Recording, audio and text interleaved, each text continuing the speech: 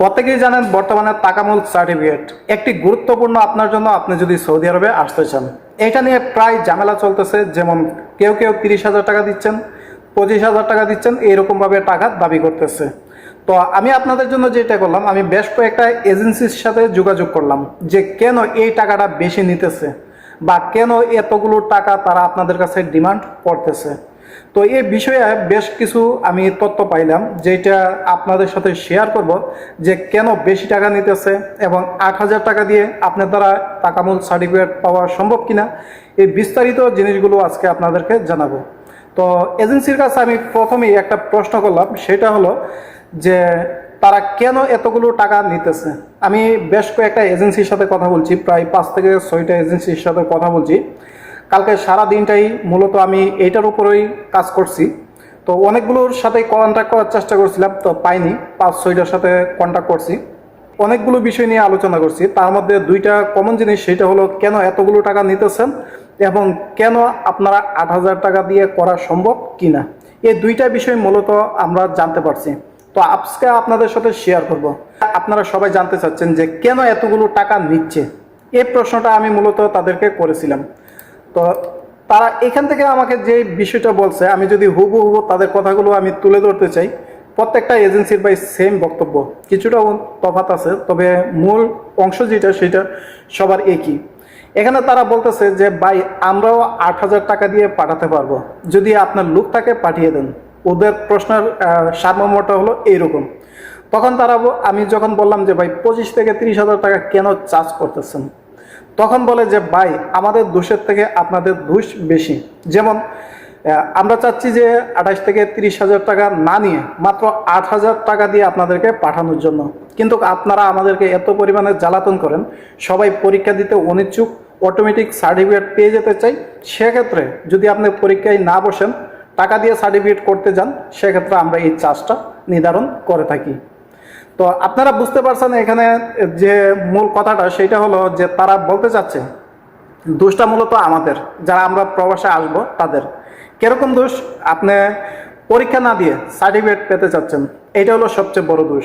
সবাই সংক্ষিপ্ত রাস্তা বিচারে যে ভাই টাকা খরচ যাক, কোনো সমস্যা নাই, আমি পরীক্ষা দিব না, কোনটাকে কিভাবে সার্টিফিকেট বাইর করা যায়, এই পর্যায়ে তারা মানে আপনাদেরকে নিয়ে গেছে। অর্থাৎ আমরা যারা আছি, নতুন আসতে যাচ্ছি, তারা নাকি তাদেরকে ওই পর্যায়ে নিয়ে গেছি যে পরীক্ষা না দিয়ে সার্টিফিকেট পেতে চাই। সেক্ষেত্রে ঘুষ বলেন অথবা আপনি কন্টাকে বলেন, যেভাবেই বলেন, ওই রকমভাবে যখন আপনি যান, ওই রকমভাবে যখন সার্টিফিকেট চান, তখন আপনার জন্য 8,000 টাকা আর প্রযোজ্য হয়ে যায় নাই। যার কাছ থেকে যেরকমভাবে পারে এরকমভাবে তারা চার্জ ধারণ করে। যেমন কেউ 20,000 টাকা দিচ্ছেন, কেউ 25,000 টাকা দিচ্ছেন, কেউ 30,000 টাকা দিচ্ছেন। এক্ষেত্রে কিন্তু আপনারা যেটা করেন সেটা হলো পরীক্ষা না দিয়ে আপনারা আসতে চাচ্ছেন, সার্টিফিকেট পেতে চাচ্ছেন, সেক্ষেত্রে তারা এই কাজটা করে থাকে। এখন প্রশ্ন হলো, আপনারা যদি 8,000 টাকা দিয়ে আসতে চান, তাহলে আপনার যেটা করতে হবে সেটা হলো আপনাকে অবশ্যই পরীক্ষাতে বসতে হবে, সার্টিফিকেট অর্জন করতে হবে, তারপর আপনি 8,000 টাকা দিয়ে আসতে পারবেন। অর্থাৎ তাদের মূল কথা হলো, আপনি যদি পরীক্ষা দিতে চান তাহলে আপনার কাছ থেকে কেউ বেশি নেবে না।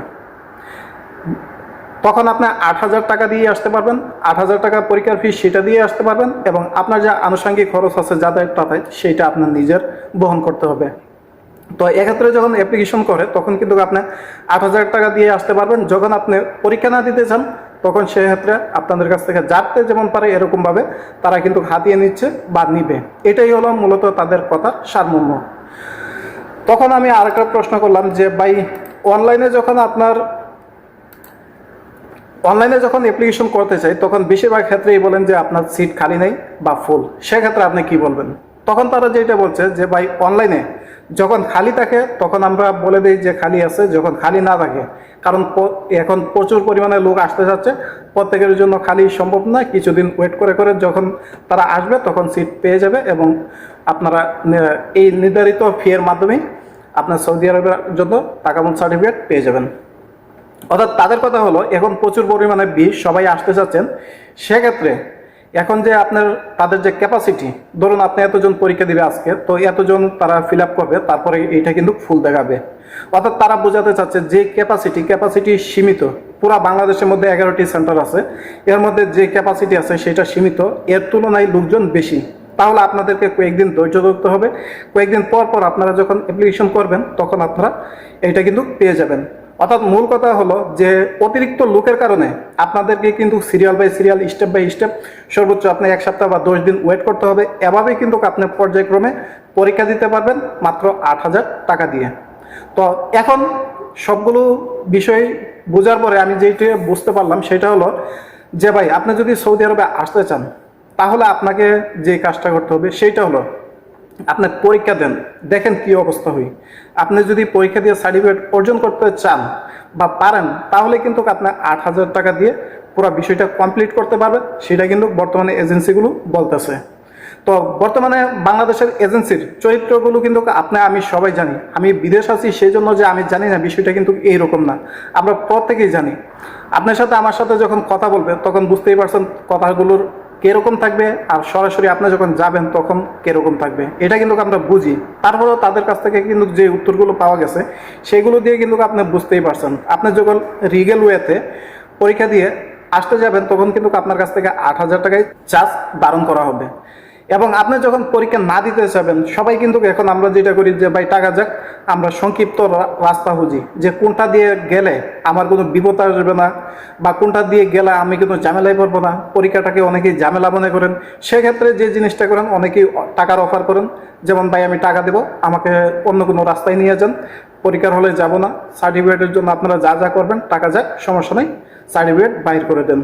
তখন কিন্তু তারা যে কাজটা করে এটা কিন্তু আপনার জন্য সুযোগের সন্ধানে বসে রয়েছে যে আপনি এরকমভাবে গিয়ে ধরা দিবেন, তখনই কিন্তু আপনাকে একেবারে যতটুকু মনে করেন যে ধরার ততটুকু ধরে দিবে।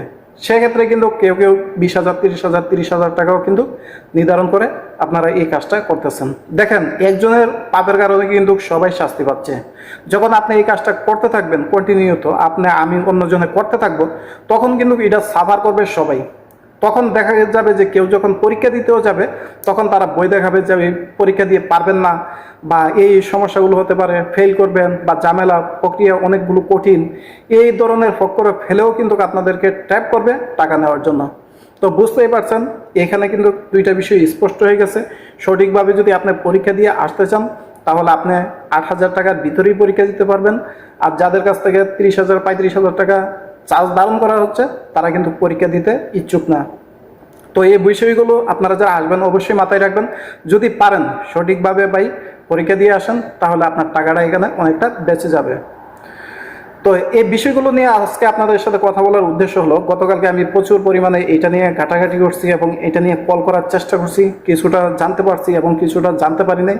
যতটুকু জানতে পারছি আশা করি আপনাদের সাথে শেয়ার করলাম, আপনারা এই বিষয়ে কিছুটা হলো উপকার পাবেন। এই বিষয়ে যদি কোনো মতামত থাকে কমেন্টে জানাতে পারেন। ধন্যবাদ।